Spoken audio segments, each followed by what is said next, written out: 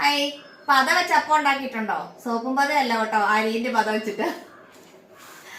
അങ്ങനെ നൊരപ്പത്തിരി എന്ന് പറഞ്ഞ ഈ മലബാർ മേഖലയിലുള്ള ഒരു സാധനം കേട്ടോ. എത്ര പേര് കഴിച്ചിട്ടുണ്ടെന്ന് അറിയത്തില്ല. ഭയങ്കര കുഞ്ഞു പിള്ളേർക്കൊക്കെ കൊടുക്കാൻ അടിപൊളിയാണ്. കാരണം ഭയങ്കര സോഫ്റ്റ് സാധനം. അതിങ്ങോട്ട് വയലെ കിട്ടാൻ മതി, എളുപ്പം അങ്ങോട്ട് പോയി. അപ്പൊ അതെങ്ങനെയാന്ന് ചോദിച്ചാല്, ഒന്നെങ്കിൽ ജീരകശാല അരി അല്ലെങ്കിൽ നമ്മുടെ ബസുമതി അരി ഇല്ലേ, അത് 3 മണിക്കൂർ വെള്ളത്തിൽ കുതിർത്ത് വെച്ചതാണ്. ഈ അരി നമുക്ക് മിക്സിയുടെ ജാറിലോട്ട് ഇട്ട് കൊടുക്കാം. ഇനി ഇതിൻ്റെ അകത്തേക്ക് നമുക്ക് ഒരു 1/2 കപ്പ് തേങ്ങാപ്പാൽ ഒഴിച്ചു കൊടുക്കാം. ഇനി നമുക്ക് 2 മുട്ട അതിലേക്ക് പൊട്ടിച്ചൊഴിക്കാം. ഇനി നമുക്ക് ആവശ്യത്തിന് ഉപ്പിട്ട് കൊടുക്കാം. ഇനി ഇത് നമുക്ക് നന്നായിട്ട് അരച്ചോണ്ട് വരാം. ഇതിനകത്തോട്ട് ഒഴിച്ചു കൊടുക്കാം.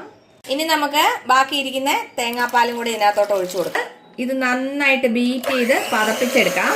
ഇപ്പൊ കണ്ടോ, ഇതിൻ്റെ ഉള്ളിൽ ഇങ്ങനെ പത വരും കേട്ടോ. ഈ പതയാണ് നമ്മൾ കോരി ഒഴിച്ച് അപ്പം ചുടുന്നത്. ഇതുണ്ടോ, ഈ പത ഇങ്ങനെ എടുത്തെടുത്തെടുത്ത് നമ്മൾ പത്തിരി ഉണ്ടാക്കുന്നതിനാണ് നൊരപ്പത്തിരി എന്ന് പറയുന്നത്. അപ്പൊ ദേ നമ്മുടെ നൊരപ്പത്തിരി സെറ്റ് ആയിട്ടുണ്ട് കേട്ടോ. ഇത് ഭയങ്കര ടേസ്റ്റ് ആട്ടോ കഴിക്കാൻ. പക്ഷെ ഭയങ്കര ഇതുണ്ടോ, നല്ല പാട പോലെ ഇരിക്കുന്നു. ഒട്ടും കനവില്ല കേട്ടോ, നല്ല രസമാണ് കാണാൻ. ഇതേപോലെ നമുക്ക് അടുത്തതും റെഡിയാക്കാം കേട്ടോ. ഇത് കണ്ടോ, ഇങ്ങനെയുള്ള പദം മാത്രമേ നമ്മൾ എടുക്കുള്ളേ. അവിടെ നമ്മുടെ അടുത്ത നൊരയപ്പം റെഡി ആയിട്ടുണ്ട് കേട്ടോ. നല്ല രസമില്ലേ കാണാൻ. ഇത് കണ്ടോ, ഭയങ്കര സോഫ്റ്റ് ആട്ടോ. ഇതിനിപ്പോ കറിയൊന്നും വേണ്ട.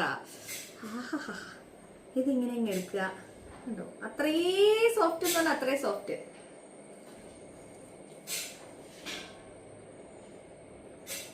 ഭയങ്കര രുചിയാട്ടോ. ഈ ആദ്യം ഉണ്ടാക്കിയ തണുത്തതാണെങ്കിൽ ഇങ്ങനെ പേപ്പർ പോലെ ആയി പോയി കേട്ടോ. അപ്പൊ എല്ലാരും ഉണ്ടാക്കി നോക്കണേ. അറിയാത്ത ആരെങ്കിലും ഉണ്ടെങ്കിൽ ഒരു പ്രാവശ്യമെങ്കിലും ഒന്ന് ഉണ്ടാക്കണേ.